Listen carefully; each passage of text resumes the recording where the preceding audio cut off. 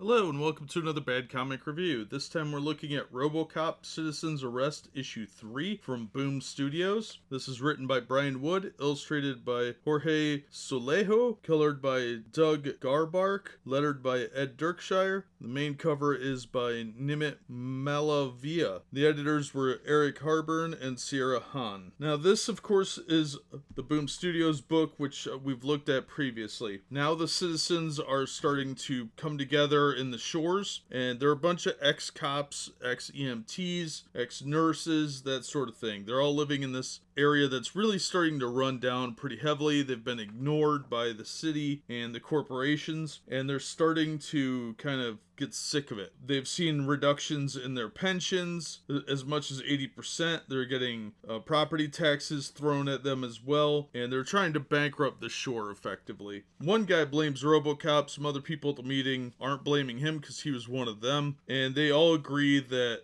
they protect their own, and Murphy was cops, so they're gonna kind of look out for him. So they throw their phones that were given to them by OCP into a burn barrel, and they're starting to kind of like coalesce as a group. Well, the news media is of course promoting anti-Robocop information. He is wanted, and they're just blindly repeating what the corporation says. Meanwhile, the Robocop androids are out burning the ruins to the ground, chasing away people, destroying their property, and saying things like, "What are material possessions anyhow?" And Robocop shows up and blows away several of the robots, destroying them and dismantling them. And he is attacked by these drone shards that kind of get into his joints, but he is rescued by his human friend and repaired. This is all kind of weighing on the CEO because a lot of the humans are rebelling and taking shots at the machines and equipment that are supposed to be building this fancy new cityscape for OCP. And the CEO is really fed up with that. He likes his androids, but they are not good enough, and the designers offer him something else, something that will quote crack skulls, as he explains later in a briefing. Now it puts the human element back in. They're obviously talking about some sort of cyborg like Robocop coming back, and they want to have a machine that can be deliberately cruel and choose to hurt people as opposed to the safer androids that aren't necessarily targeting human life. They're just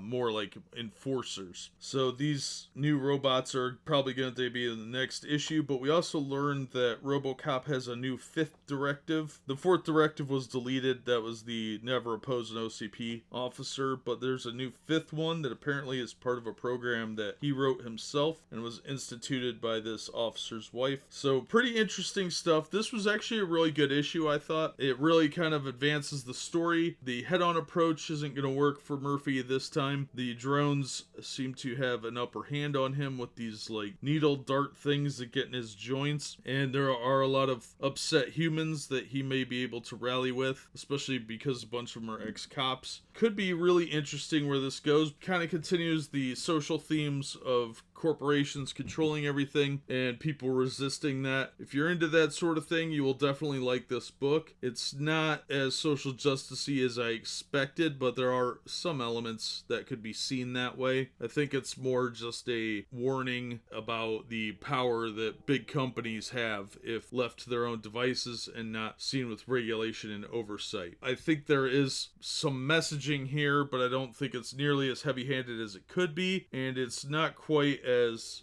social justice oriented as many people might say, at least not in my opinion. But it is well done. Brian Wood is a pretty good writer. I was actually pretty impressed with the level of talent here, and this book is not going to be for everybody.